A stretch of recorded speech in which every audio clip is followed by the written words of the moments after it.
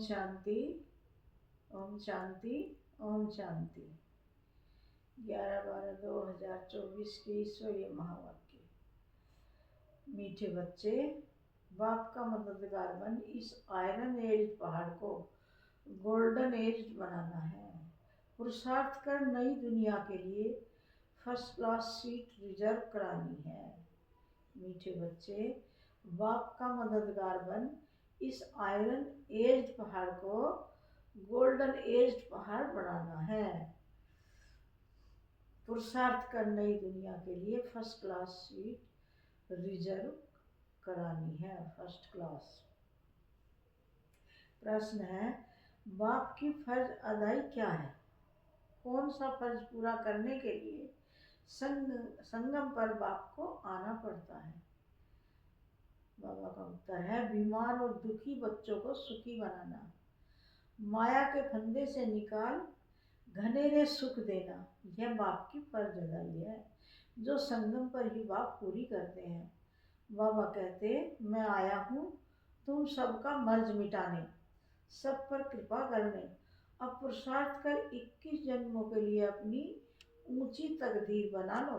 गीत है, भोलेनाथ से निराला कोई और नहीं, बिगड़ी को बनाने वाला कोई और नहीं। ओम शांति। भोलानाथ शिव भगवान वाच। ब्रह्मा मुख कमल से बाप कहते हैं, यह वैरायटी भिन्न भिन्न धर्मों का मनुष्य सृष्टि झाड़ है ना। इस कल्प वृक्ष अथवा सृष्टि के आदि मध्यांत का राज बच्चों को समझा रहा हूँ। गीत में भी इनकी महिमा है। शिव बाबा का जन्म यहाँ है। बाप कहते हैं, मैं आया हूँ भारत में। मनुष्य यह नहीं जानते कि शिव बाबा कब पधारे थे, क्योंकि गीता में श्री कृष्ण का नाम डाल दिया है।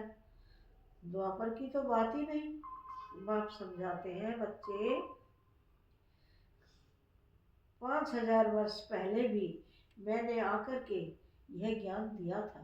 इस झाड़ से सभी को मालूम पड़ जाता है। झाड़ को अच्छी रीति देखो। सतयुग में बरोबर देवी देवताओं का राज्य था। त्रेता में राम सीता का है। बाबा आदि मध्यांत का राज बतलाते हैं। बच्चे पूछते हैं, बाबा हम माया के फंदे में कब फंसे? बाबा कहते, द्वापर से। नंबरवार फिर दूसरे धर्म आते हैं, तो हिसाब लगाने से समझ सकते हैं कि इस दुनिया में हम फिर से कब आएंगे। शिव बाबा कहते हैं, मैं 5000 वर्ष बाद आया हूँ संगम पर अपना फर्ज निभाने।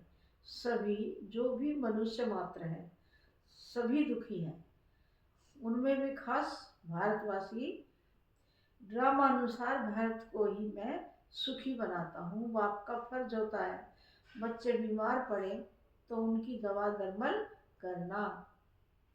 यह है बहुत बड़ी बीमारी। सभी बीमारियों का मूल ये 5 विकार हैं। बच्चे पूछते हैं, यह कब से शुरू हुए? द्वापर से। रावण की बात समझानी है। रावण को कोई देखा नहीं जाता, बुद्धि से समझा जाता है। बाप को भी बुद्धि से जाना जाता है। आत्मा मन बुद्धि सहित है।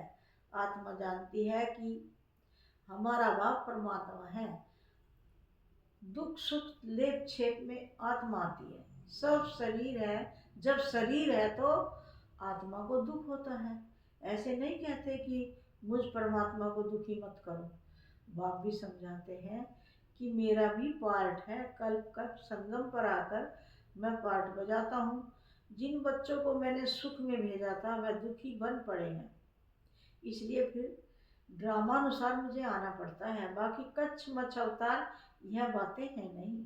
कहते हैं परशुराम ने कुल्हाड़ा ले क्षत्रियों को मारा, यह सब है दंत कथाएं। तो अब बाप समझाते हैं, मुझे याद करो। यह है जगत अम्बा और जगत पिता। मदर और फादर कंट्री कहते हैं ना। भारतवासी याद भी करते हैं, तुम माता पिता, तुम्हारी कृपा से सुख घनेरे तो बरोबर मिल रहे हैं। फिर जो जितना पुरुषार्थ करेंगे, जैसे बाइस्कोप में जाते हैं, फर्स्ट क्लास का रिजर्वेशन कराते हैं ना, बाप भी कहते हैं चाहे सूर्यवंशी चाहे चंद्रवंशी सीट में रिजर्व कराओ, जितना जो पुरुषार्थ करे उतना पद पा सकते हैं। तो सब मर्ज मिटाने बाप आए हैं। रावण ने सबको बहुत दुख दिया है। कोई भी मनुष्य की गति सदगति कर न सके। यह है कलयुग का अंत। गुरु लोग शरीर छोड़ते हैं, फिर यहाँ ही पुनर्जन्म लेते हैं, तो फिर वह औरों की क्या सदगति करेंगे? क्या इतने सभी अनेक गुरु मिलकर पतित सृष्टि को पावन बनाएंगे? गोवर्धन पर्वत कहते हैं ना, यह माताएं इस आयरन एज पहाड़ को गोल्डन एज बनाती हैं। गोवर्धन की फिर पूजा भी करते हैं, वह है तत्व पूजा। सूर्यवंशी भी ब्रह्म अथवा तत्व को याद करते, सन्यासी भी ब्रह्म अथवा तत्व को याद करते हैं, समझते हैं वही परमात्मा है, ब्रह्म भगवान है। बाप कहते हैं यह तो ब्रह्म है। ब्रह्मांड में तो आत्माएं अंडे मिसल रहती हैं। निराकारी झाड़ भी दिखाया गया है, हर एक का अपना अपना सेक्शन है। इस झाड़ का फाउंडेशन है भारत का सूर्यवंशी चंद्रवंशी कराना, फिर वृद्धि होती है। मुख्य है 4 धर्म, तो हिसाब करना चाहिए कौन कौन से धर्म कब आते हैं। जैसे गुरु नानक 500 वर्ष पहले आए, ऐसे तो नहीं सिख लोग कोई 84 जन्म का पाठ बजाते हैं। बाप कहते हैं 84 जन्म सिर्फ तुम ऑलराउंड ब्राह्मणों के हैं। बाबा ने समझाया कि तुम्हारा ही ऑलराउंड पार्ट है। ब्राह्मण देवता क्षत्रिय वैश्य शूद्र तुम बनते हो। जो पहले देवी देवता बनते हैं वही सारा चक्र लगाते हैं। बाप कहते हैं तुमने वेद शास्त्र तो बहुत सुने, अभी यह सुनो और जज करो कि शास्त्र राइट है या गुरु लोग राइट हैं या जो बाप सुनाते हैं वह राइट है। बाप को कहते ही ट्रुथ, मैं सच बतलाता हूँ जिससे सतयुग बन जाता है, और द्वापर से लेकर तुम झूठ सुनते आए हो तो उससे नरक बन पड़ा है। बाप कहते हैं मैं तुम्हारा गुलाम हूँ। भक्ति मार्ग में तुम गाते आए हो मैं गुलाम तेरा। अभी मैं तुम बच्चों की सेवा में आया हूँ। बाप को निराकारी निरहंकारी गाया जाता है, तो बाप कहते हैं मेरा फर्ज है तुम बच्चों को सदा सुखी बनाना। गीत में भी है अगम निगम का भेद खोले। बाकी डमरू आदि बजाने की कोई बात नहीं है, यह तो आदि मध्य अंत का सारा समाचार सुनाते हैं। बाबा कहते हैं तुम सभी बच्चे एक्टर्स हो। मैं इस समय करण करावन हार हूँ। मैं इनसे ब्रह्मा से स्थापना करवाता हूँ। बाकी गीता में जो कुछ लिखा हुआ है वह तो है नहीं। अभी तो प्रैक्टिकल बात है ना, बच्चों को ये सहज ज्ञान और सहज योग सिखलाता हूँ, योग लगवाता हूँ। कहा है ना, योग लगवाने वाले झोली भरने वाले मर्ज मिटाने वाले। तो गीता का भी पूरा अर्थ समझाते हैं। योग सिखलाता हूँ और सिखलवाता भी हूँ। बच्चे योग सीखकर फिर औरों को सिखलाते हैं, है ना। कहते हैं योग से ही हमारी ज्योत जगाने वाले। ऐसे गीत भी कोई घर में बैठकर सुने तो सारा ही ज्ञान बुद्धि में चक्र लगाएगा। बाप की याद से कुंवर से कभी नशा चढ़ेगा। सिर्फ परमात्मा व भगवान कहने से मुख मीठा नहीं होता, बाबा माना ही वर्षा। अब तुम बच्चे बाबा से आदि मध्य अंत का ज्ञान सुनकर फिर औरों को सुनाते हो। इसे ही संत ध्वनि कहा जाता है। तुमको कोई पुस्तक आदि हाथ में नहीं है, बच्चों को सिर्फ धारणा करनी होती है। तुम हो सच्चे रूहानी ब्राह्मण, रूहानी बाप के बच्चे। सच्ची गीता से भारत स्वर्ग बनता है, वह तो सिर्फ कथाएं बैठ बनाई हैं। तुम सब पार्वतियां हो, तुमको यह अमर कथा सुना रहा हूँ। तुम सब द्रौपदियाँ हो, वहाँ कोई नल नहीं होते। कहते हैं तब बच्चे कैसे पैदा होंगे? अरे है ही निर्विकारी तो विकार की बात कैसे हो सकती? तुम समझ नहीं सकेंगे कि योग बल से बच्चे कैसे पैदा होंगे। तुम आर्ग्यू करेंगे, परंतु यह तो शास्त्रों की बातें हैं नहीं, है ना? यह तो शास्त्रों की बातें हैं ना। वह है ही संपूर्ण निर्विकारी दुनिया, यह है विकारी दुनिया। मैं जानता हूँ ड्रामानुसार माया फिर तुमको दुखी करेगी।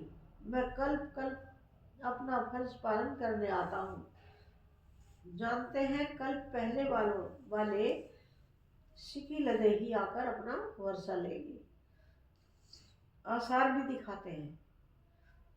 यह वही महाभारत लड़ाई है।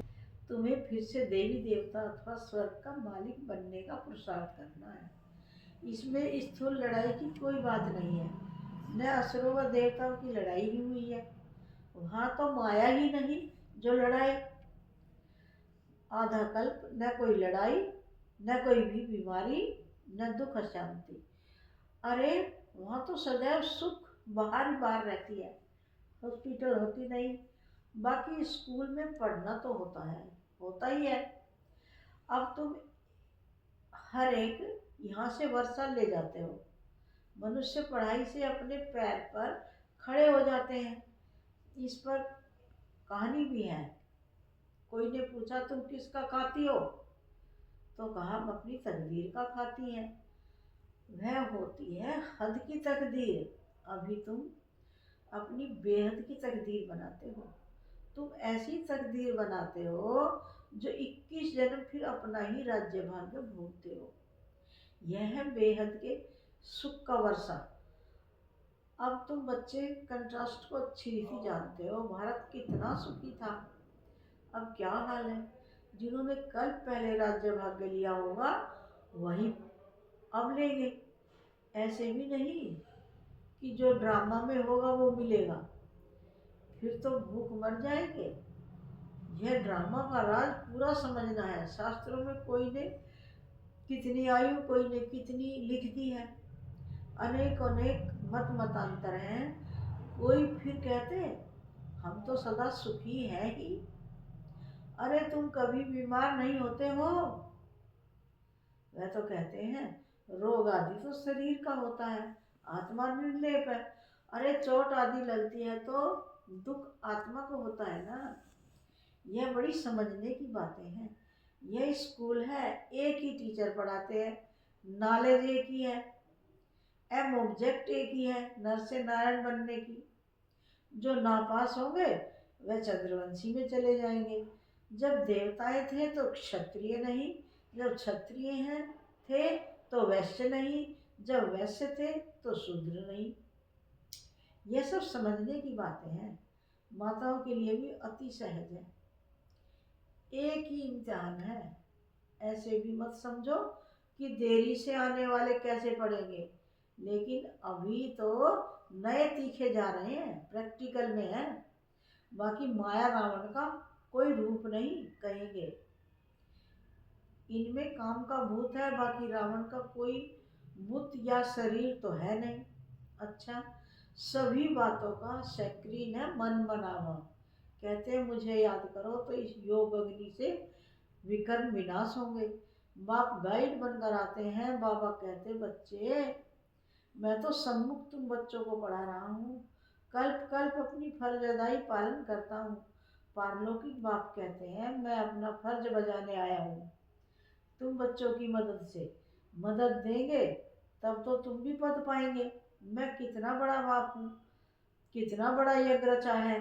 ब्रह्मा की मुख वंशावली तुम सभी ब्राह्मण ब्राह्मणियाँ भाई बहन हो।